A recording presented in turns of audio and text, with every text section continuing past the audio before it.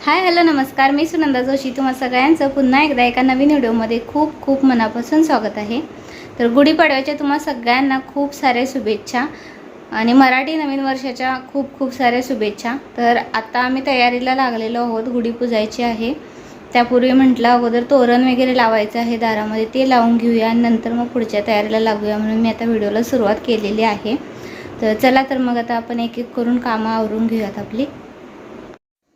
गुढी उभारण्यापूर्वी म्हटलं पहिल्यांदा बाहेरचे जे काही फ्रंट डोअर जो आपला असतो तिथं तोरण वगैरे लावायचं होतं, ते लावून घेऊया म्हणून आम्ही पहिल्यांदा मिस्टरांना मी सांगितलं की पहिल्यांदा तोरण लावून घ्या। त्यानंतर ना माझ्याकडे दोन जे आर्टिफिशियल फ्लावरचे जे हार होते ना, ते देखील मी दोन्ही साईडला दोन असे लावून घेतले, जेणेकरून पाडव्यानिमित्त छान असं डेकोरेशन केल्यासारखं दिसेल म्हटलं।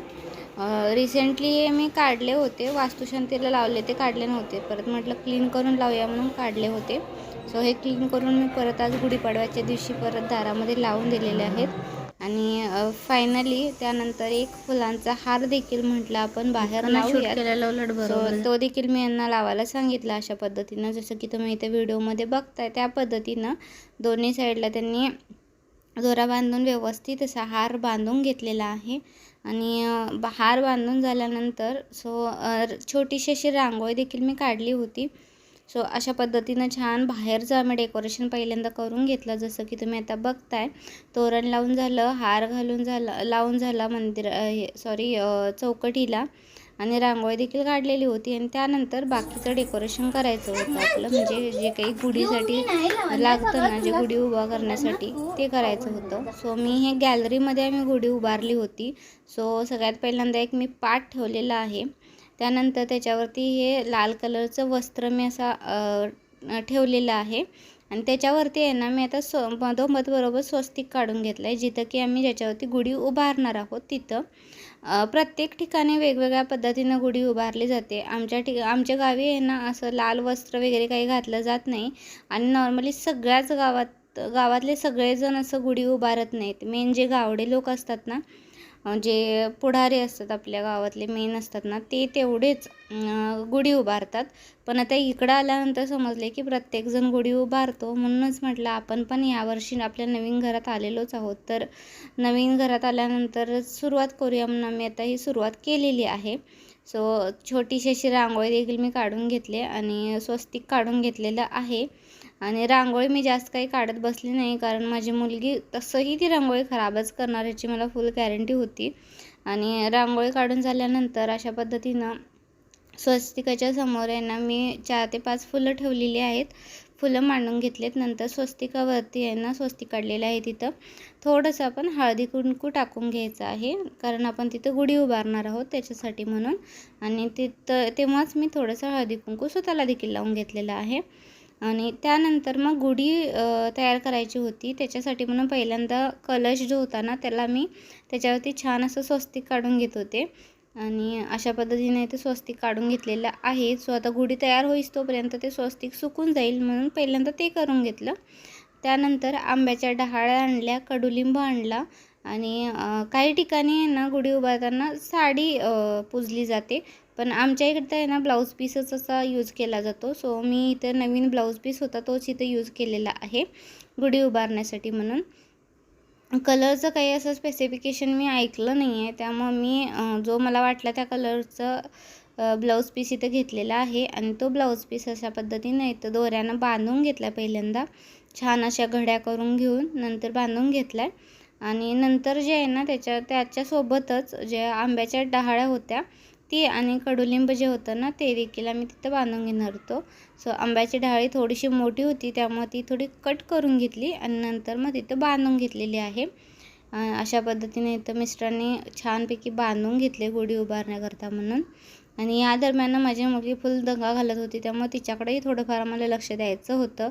आणि त्यानंतर मग हे जे आहे ना गाठी ह्याच्या त्या देखील आपल्याला इथं बांधून घ्यायच्या आहेत। पहिल्यांदा बघितलं आम्ही कलश घालून नंतर त्याच्यावरती गाठी बांधायचं, पण तसं काही ते होत नव्हतं व्यवस्थित, म्हणून मी कलश काढून घेतला बाजूला आणि नंतर पहिल्यांदा त्या गाठी तिथं बांधून घेतल्या, आणि त्यानंतर त्याच्यावरती मग कलश ठेवला, जेणेकरून ते फिट बसेल, हलणार नाही म्हणून। मग मिस्टरांना सांगितलं गुढी तिथं उभा करून घ्या. आणि या दरम्यान नाही लक्षात आलं की आम्ही हार घातला नव्हता. सो हार त्यांनी घेऊन आले आणि त्यानंतर मग परत एकदा तो कलश बाजूला काढून तिथं हार घालून घेतला त्यांनी आणि त्याच्यावरती कलश ठेवून छान अशी गुढी उभारून घेतलेली आहे. आणि तुम्ही बघू शकता आता इथं फायनली जे काही आहे अशा पद्धतीनं आम्ही गुढी उभारलेली होती. मला जास्त काही येत नाही गुढी उभारण्यातलं, कारण पहिलीच टाईम आम्ही गुढी उभारतोय. सो अशा पद्धतीनं सिंपलच गुढी उभारलेली आहे. त्यानंतर नैवेद्यासाठी म्हणून आहे ना कडुलिंब, आंबा, त्यानंतर गूळ आणि थोडेसे ह्याची हरभऱ्याची डाळ हे सगळं मिक्स करून आम्ही गुढीला नैवेद्य करून घेतला. त्यानंतर इथं माझी पिल्लू पाया पडायला आलेली होती गुढीच्या. सो एक एक करून आम्ही सगळ्यांनी नमस्कार करून घेतला गुढीला. आणि कडुलिंब मात्र ती खायला नाही म्हणाली. सो आम्ही दोघांनीच कडुलिंब जे काही केलं होतं ना आपण नैवेद्य तो खाऊन घेतला. जसं तुम्ही बघितलात व्हिडिओमध्ये त्या पद्धतीने आम्ही गुढी आता उभा करून घेतलेली आहे. पण आता बाकीचा स्वयंपाक करायचा आहे जो की नैवेद्यासाठी आपल्या देवाजवळ वगैरे नैवेद्यासाठी लागणार आहे. म्हणून आमच्याकडं पाडव्याला मोस्टली पोळ्यांचा बेत असतो. सो मी सुद्धा आज पोळ्याच करायला घेतल्यात. सो डाळ वगैरे जी काही ना उकळवून घेतलेली आहे मी, पण बाकी आता पूर्ण प्रोसेस करायची आहे, पोळ्या तयार करायच्या आहेत. सो पहिल्यांदा चेंज करते कारण ह्याच्या साडीमध्ये स्वयंपाक करणं तर काही शक्य नाही आहे. त्यामुळे आता चेंज करून घेते अगोदर आणि नंतर मग स्वयंपाकाला लागते. चेंज करून आले मी, आता स्वयंपाकाला सुरुवात केलेली आहे. तर थोडंफार मी बनवून घेतल्यानंतर सगळा व्हिडिओ बनवायला घेतला मी, कारण लास्ट टाईमचा सगळा स्वयंपाक आहे जो की मी होळीला केला होता. त्यामुळे पूर्ण काही शूट करत बसत नाही. अगदी छोट्या छोट्या क्लिप्स मी तुमच्यासोबत शेअर करेन, कारण सेमच स्वयंपाक असणार आहे, सेमच, फक्त क्वांटिटी थोडी कमी जास्त असेल. त्यामुळं काही पूर्ण रेसिपी शेअर नाही करणारच. सो आता मी इथं आहे ना बटाट्याची भाजी बनवून घेतली, त्यानंतर भात बनवला आहे, पीठ भिजवून घेतले व्यवस्थित मळून. त्यानंतर आता फक्त कटाची आमटी बनवायची आणि नंतर मग पुरण बनवून घेऊन पोळ्यांना सुरुवात करणार आहे. तो सगळा स्वयंपाक आवरते आणि नंतर मग परत आता जसं सांगितलं त्या पद्धतीनं थोडंफार बनवून झालं होतं आणि थोडंफार बनवायचं बाकी होतं. मग आता कटाची आमटी बनवण्यापूर्वी म्हटलं त्याच कढईमध्ये आपण सांडगे तळून घेऊयात आणि नंतर मग कटाची आमटी बनवूयात, म्हणून पटापट इथं मी सांडगे तळून घेतले. आणि त्यानंतर मग आम्हाला जे काही कटाची आमटी बनवायची होती ना त्या देखील प्रोसेसला लागले होते. सो तेल थोडं जास्त होतं ते कमी करून घेतलं तेल. त्यानंतर मग मी कटाच्या आमटीला अशी फोडणी दिली. सो यावेळेला थोडासा मसाला जास्त घालून मी कटाची आमटी बनवलेली आहे. आणि नंतर मग ती उकळवायला ठेवली आणि ती आमटी उकळेपर्यंत म्हटलं सांडगे जे काही तळलेले होते ते देखील एका डब्यामध्ये भरून ठेवले. सो अशा पद्धतीनं भरून ठेवून झाल्यानंतर मग फक्त पोळ्या करायच्या बाकी होत्या. सो फायनली पटापट मी पोळ्या देखील बनवून घेतलेल्या आहेत. आणि यावेळेला पोळ्यांचं मात्र थोडंसं गणित माझं चुकलेलं होतं, कारण का तर पुरण थोडंसं मऊ झालं होतं. त्याच्यामुळे मी ना अशी एकच बनवून घेतली, पोळी बनवून घेतली आणि बाकीच्या मग लाटताना असं भरून घेताना तसं एक एक भरूनच लाटली, कारण म्हटलं फुटायला नकोत. पण एकही पोळी फुटली नाही, पुरण जरा मऊ झालेलं होतं तरी देखील. जसं तुम्ही आता इथे व्हिडिओमध्ये बघताय ना त्या पद्धतीने सगळ्या ज्या पोळ्या होत्या ना मस्त अशा फुगलेल्या होत्या आणि मऊ लुसलुशीत देखील झालेल्या होत्या. सो इथं जे आहे ना मी एक एक पोळी लाटून हे करून घेते, भाजून घेते. तुम्ही बघू शकता व्हिडिओमध्ये मऊ झालेलं पुरण, पण एकही पोळी माझी फुटली नाही. सगळ्या पोळ्या ज्या आहेत मस्त फुगल्या होत्या आणि चव देखील खूप छान झाली होती. जसं की तुम्ही आता बघताय इथं एक पण पोळी माझी फुटली नव्हती इथं. सो अशा पद्धतीनं पोळ्या करून घेतल्या पटापट मी. आणि येतं ना बाकी माझा सगळा स्वयंपाक तर करून फायनली तर सगळा स्वयंपाक बनवून झालेला आहे. आणि त्या पोळ्या मी गार होण्यासाठी अशा ठेवल्यात एकमेकाच्या बाजूला असं करून. सो या पोळ्या झाल्यात. त्यानंतर इथं आहे भात, त्यानंतर बटाट्याची भाजी, गुळवणी आणि इथं आहे हे कटाची आमटी. त्यानंतर याच्यामध्ये भरून ठेवले सगळे सांडगे. सो तर नैवेद्य दाखवून घेते आधी अगोदर आणि नंतर मग आम्ही जेवायला लागू.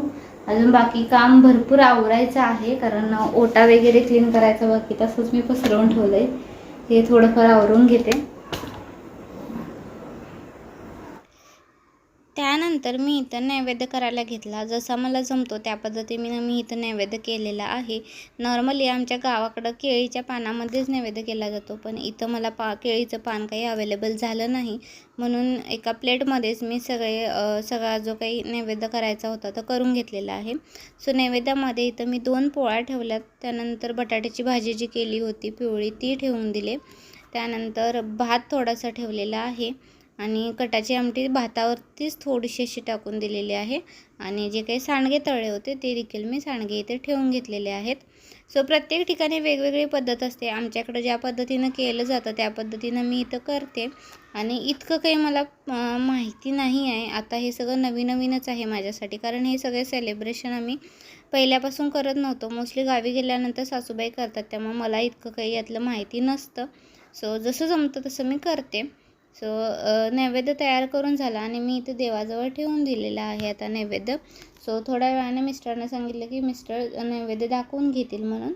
सो ते आले होते, इथं नैवेद्य दाखवून घेत होते. जसं की तुम्ही इथं बघताय, त्यांनी नैवेद्याच्या साईडनं पाणी सोडून घेतले. त्यानंतर देवापुढे थोडा वेळ मी नैवेद्य तसा ठेवून दिला. सगळ्यांनी नमस्कार केला.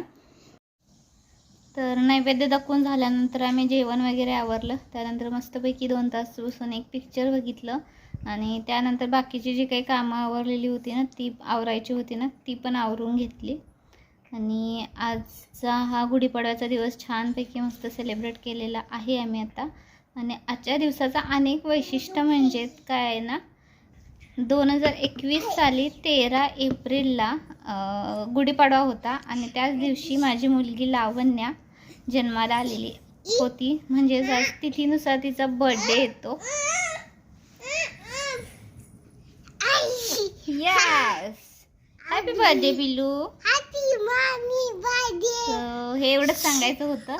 आय होप तुम्हाला छोटासा व्हिडिओ आवडला असेल. व्हिडिओ आवडला तर मेक शुअर व्हिडिओला लाईक, शेअर आणि सबस्क्राईब नक्की कराल. पुन्हा भेटूया एका नवीन व्हिडिओसोबत. तोपर्यंत bye and thank you for watching this video. Bye bye.